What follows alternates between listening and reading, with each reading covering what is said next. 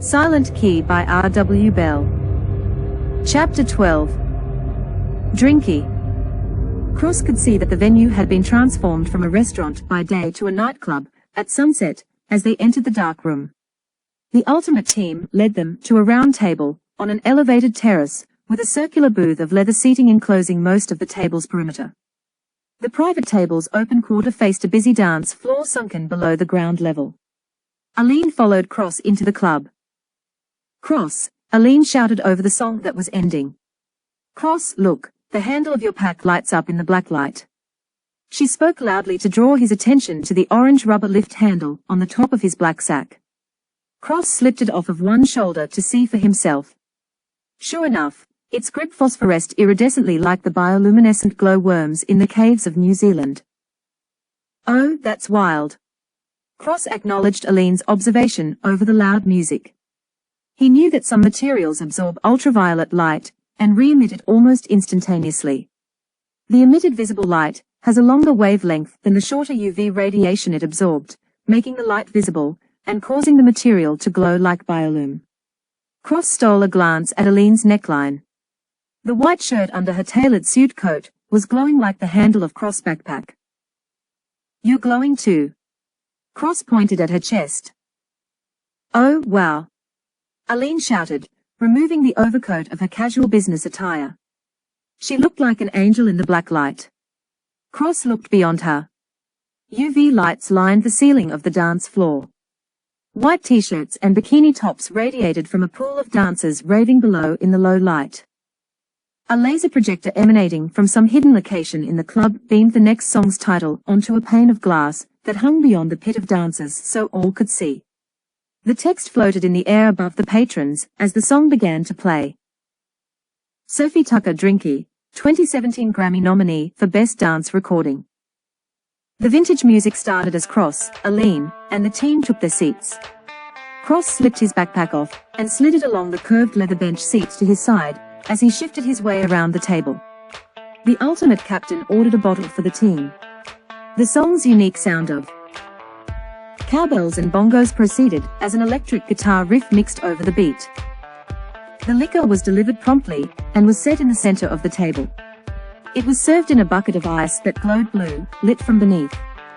The server slid shot glasses, illuminated by a mesmerizing blue across the table to each party member. The team leaned in for the captain's toast as the song's female vocalist sang nonsensical Portuguese lyrics amid deep driving bass. He shouted, "We love the ones that do. We like the ones that don't. We hate the ones that say they will but then they say they won't." The captain addressed Cross with a smile to finish the toast. The song's lyricist sang the word Drinkee as if on cue.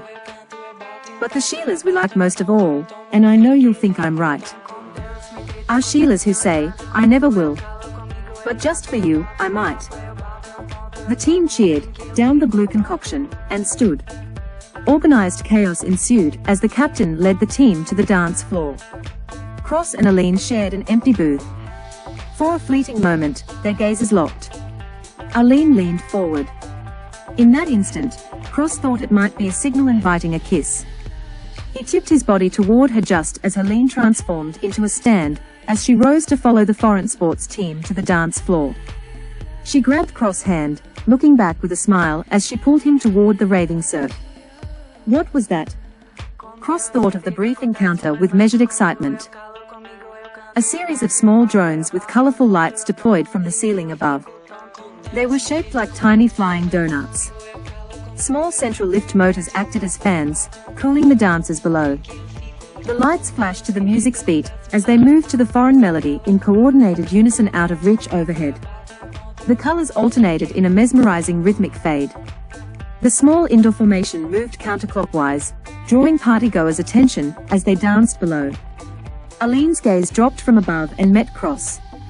Cross reached for her hand, and they shared a smile as they moved to the rhythm.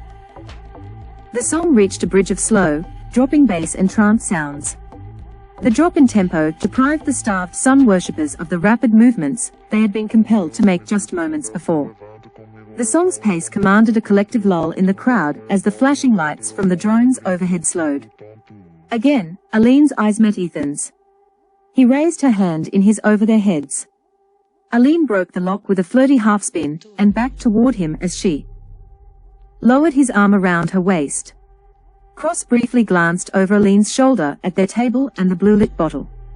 He spotted the blue, glowing shot glasses they had used minutes earlier, as they swayed together to the rhythm. He saw an orange handle bob in the darkness, between flashes of light from the decorative drones. His pack's handle rose above the edge of the table into his view in the hands of a silent bald man. The Polynesian slipped Cross's pack onto his shoulder. Cross was being robbed. Cross vainly yelled across the room, "Hey!" His shout was muffled by bass and Portuguese babble. "Hey!" He pulled his arm briskly away from Alyne. He tried to wade his way through the turbulent water of clubbing dancers. The smooth bottoms of his dress shoes struggled for traction on a dance floor covered in sand that years of surfing ravers had carried from Bondi. He fumbled to part the sea as the thief bounded from the table toward the exit with Cross' backpack. Cross could see the glowing handle of the knapsack rushing away from him on the back of the robber. The music picked up pace. The raver stifled Cross' pursuit. He pushed dancers back, caught in the rip curl of trance. He perceived a shout from Alyne between a dip in the wave of the music. "Hey!" Cross caught another glimpse of the burglar through the ocean of people. A bald man wearing sunglasses wore his bag. The thief slipped farther away, moving quickly by the edge of the dance pit where Cross struggled to escape like quicksand. The robber passed the bouncer and sped out of the Ravesis Hotel. Cross freed himself and raced to the exit. Alyne shouted over the music, "Cross! Cross!" He burst into the street just in time to see the Polynesian looter fleeing around the block. "Damn!" The thief escaped with Ethan's luggage. Alyne reached him and demanded an explanation. "What was that about?" Alyne stated, out of breath. "My backpack. It was stolen. Damn it." "What? Who would do that?" she asked rhetorically. Cross described the perpetrator. A bald Polynesian man with sunglasses. "Strange. Do you think we're being followed?" Unlock the Silent Key. Now available everywhere books are sold.